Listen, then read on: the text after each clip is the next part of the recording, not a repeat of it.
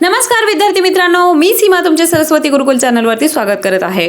आज आपण इयत्ता 8वी विषय मराठी यातील 6वी कविता असा रंगारी श्रावण या कवितेचा आज आपण स्वाध्याय बघणार आहोत।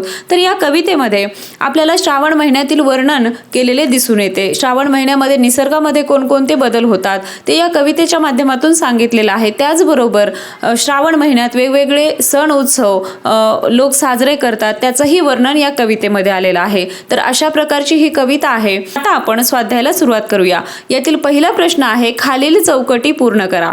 यामध्ये कवीने श्रावण महिन्याला दिलेली नावे कोणकोणती आहेत जी कवितेमध्ये आलेली आहेत ते या ठिकाणी लिहायचं आहे। तर रंगारी, चित्रकार आणि गोपाळ।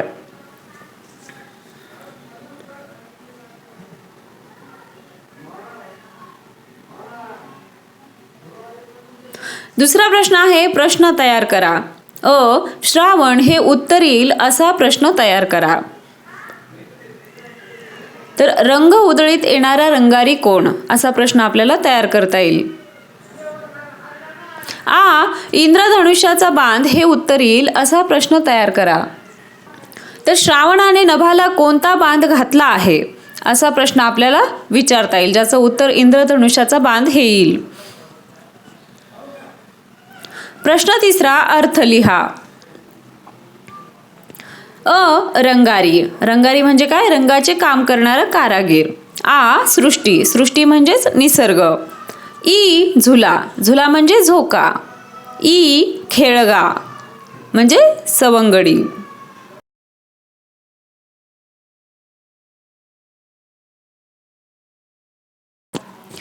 चौथा प्रश्न आहे, आकृती पूर्ण करा।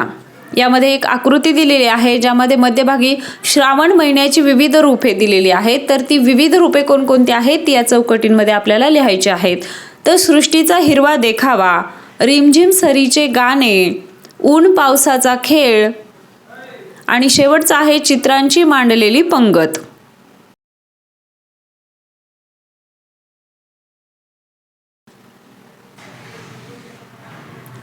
प्रश्न 5वा आहे, स्वमत।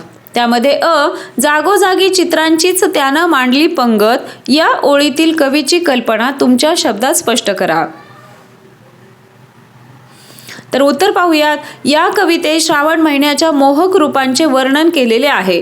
जून महिन्यात पावसाचा वेग वाढू लागतो। आषाढ महिन्याच्या खेळीमेळीनंतर श्रावणाचे सुंदर रूप आपल्याला पाहायला मिळते।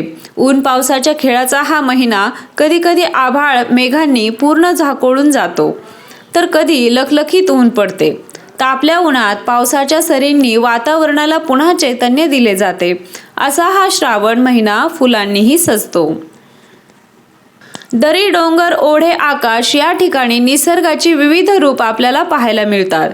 ती चित्रांसारखीच वाटतात। निसर्गाचे प्रत्येक रूप छायाचित्रात बंदिस्त करावे असे वाटते। असा लोभसवाणा निसर्ग या महिन्यात आपल्याला पाहायला मिळतो।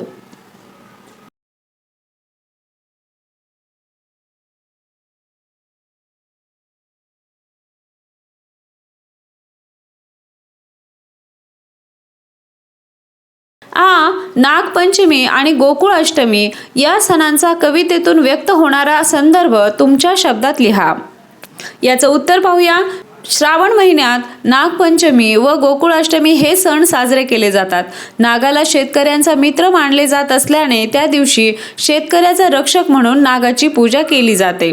गोकुळाष्टमी या सणासाठी अनेक तरुण मुले उत्सुक असतात। आजूबाजूच्या वातावरणाचे अवघे गोकुळ होऊन जाते। गोविंदा रे गोपाळा असे म्हणत लहान मुले गोपाळकाला खेळतात।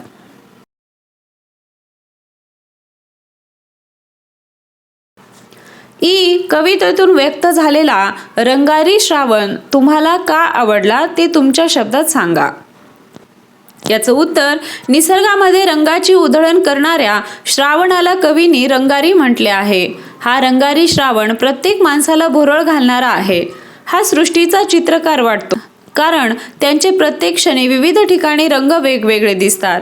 त्याचे रूप वेगवेगळे होते। त्याच्या कलाकृतींनी तो सृष्टीत विविध कशिदा काढत राहतो। श्रावण महिन्यात डोंगर दरीतून ओढ्यातून जलप्रवाह खळखळ वाहत असतात।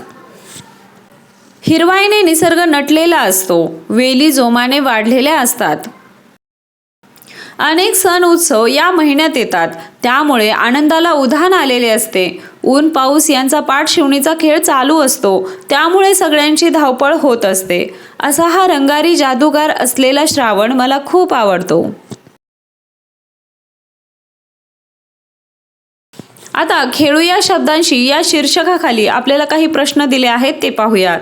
यामध्ये कवितेतील यमक जुळणाऱ्या शब्दांच्या जोड्या लिहा असा प्रश्न आहे. तर पहिला आहे नदीशी.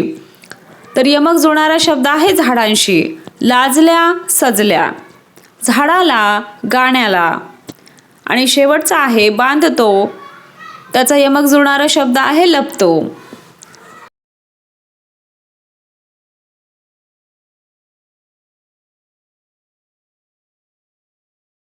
आता त्यानंतर आपल्याला उपक्रम दिलेला आहे. अश्विन महिन्यातील निसर्गाचे निरीक्षण करा, त्याचा अनुभव घ्या व अनुभव लेखन करा.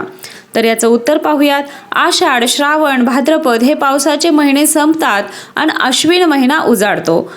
जीवजंतूचे वाढलेले प्रमाण नष्ट करण्याचं आगळं वेगळं सामर्थ्य अश्विनातील उन्हात असतं. एक जंतुनाशक अल्ट्राव्हायोलेट किरणांचं प्रमाण जरा जास्तच असतं. याचकरिता अंथरुणे पांघरुणे धुवून या महिन्याच्या उन्हात वाळू घालायची पद्धत असावी. 2 नित्य नवीन ऊर्जा देणारा हा अश्विन सरता सरता निरोप घेतानाही आपल्या जीवनाला दिवे लागण करून जातो. 3 पुढील वर्षी येण्याचे वचन देऊन काळाच्या प्रवाहात गुप्त होताना अमावस्येलाही प्रकाशाच्या साठवणीची आठवण देतो. 4 तेजस्वी उन्हाने वसुंधरेच्या हिरव्या वस्त्रांना आगळी वेगळी झळाळी देणारा, समृद्धीच्या वाटेवर जगन्मातेची उपासना करायला सांगणारा, अंधार दूर करून तेजाची आरती शिकवणारा, प्रकाशाचे वेड घेऊन जगणाऱ्यांच्या जीवनात आपोआप समृद्धी येते असा संदेश देणारा अश्विन 12 महिन्यात वेगळा उठून दिसतो. आता त्यानंतर चला संवाद लिहूया या शीर्षकाखाली आपल्याला संवाद लिहायला सांगितलेला आहे. तर पाहूयात कशाच्या आधारावर आणि कोणता संवाद लिहायचा आहे.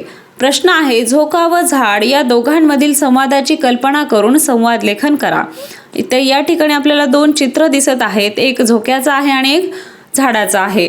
तर या दोघांमध्ये काय संवाद होऊ शकतो याची कल्पना करायची आहे आणि लिहायचं आहे. तर पाहूयात. झोका. तुझ्या फांदीला बघ झुला मी बांधला. झुला म्हणजेच काय? झोका. झाड. पण माझी फांदी म्हणजेच आहे एक झुला.